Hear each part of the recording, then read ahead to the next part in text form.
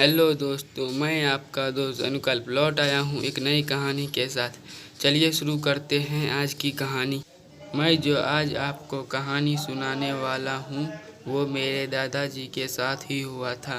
ये बात सन 1965 की होगी, जब मेरे दादाजी रोड रोलर चालक की नौकरी करते थे। दादाजी बताते हैं कि मैं उन दिनों NH-31 पर रोड रोलर चलाता था। चूँकि मेरा घर वहाँ से 10 किलोमीटर ही होने की वजह से मैं काम ख़त्म होते ही घर के लिए निकल पड़ता था और आते आते रात हो जाती थी। रोज़ मैं घर रात के 11 बजे पहुँचता था। इसके वजह से रोज़ सबकी नींद बिगड़ जाती थी। इसलिए मैंने एक दिन सोचा आज क्यों न शॉर्टकट रास्ता ले लूँ, तो मैं घर 11 बजे के बदले 9 बजे ही पहुँच जाऊँगा। पर मुझे पता नहीं था कि उस रास्ते में एक जंगल आता है और वहीं बगल में ही एक कब्रिस्तान भी है।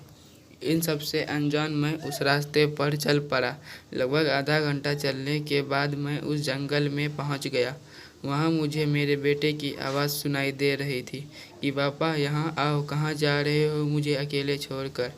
पर मैं पीछे नहीं मुड़ा, क्योंकि उस जंगल में घुसने से पहले मैंने एक बोर्ड देखा था जिस पर लिखा था कि सावधान, अगर आप इस जंगल में जाओगे तब आपको पीछे से किसी अपने की आवाज़ आएगी, पर पीछे मत मुड़ना। और जब आप पीछे नहीं मुड़ोगे तब आपको आपके पीछे किसी की मौजूदगी का एहसास होगा, लेकिन फिर भी आप पीछे नहीं मुड़ना। और बहुत सारी भूतिया घटनाएं होंगी, जैसे कोई आपको पत्थर मारेगा, पैसे देने का लालच देगा और ऐसा ही सब। पर किसी भी हालत में पीछे नहीं मुड़ना, वरना आपको अपनी जान से हाथ धोना होगा। मेरे साथ भी सब ऐसा ही हुआ। आवाज़ आने के बाद मुझे मेरे पीछे किसी की मौजूदगी का आभास हुआ।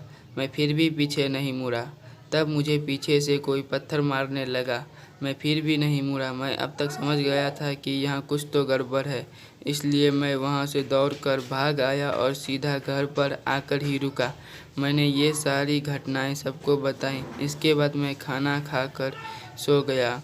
मुझे सपने में भी कोई तंग करने लगा और उस दिन मैं सो भी नहीं पाया, क्योंकि मैं जैसे ही अपनी आंखें बंद करता वही सब याद आने लगता। फिर मुझे दिन तांत्रिक के पास ले जाया गया और उसने झाड़ फूँक किया। उसके बाद उसने बताया कि तुम NH-31 से जंगल वाले रास्ते की तरफ भी गए थे।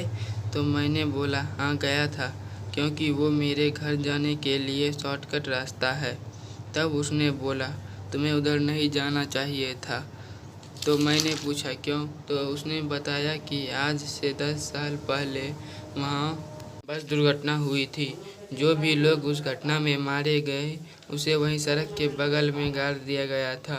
उस दिन के बाद से वहाँ कोई भी आता जाता नहीं। वो सड़क बिल्कुल सुनसान हो गया था। अब जो भी लोग उधर से गुजरता उसके साथ भी ऐसा सभी होता, तो लोगों ने वहाँ आना जाना बंद कर दिया। तो मैंने पूछा क्या 10 साल पहले बस दुर्घटना हुई थी, लेकिन वहाँ तो सड़क ही नहीं है। तब उसने बताया कि लोगों के वहाँ न जाने के वजह से अब वहाँ जंगल उग गया है, नहीं तो वहाँ पहले सड़क थी।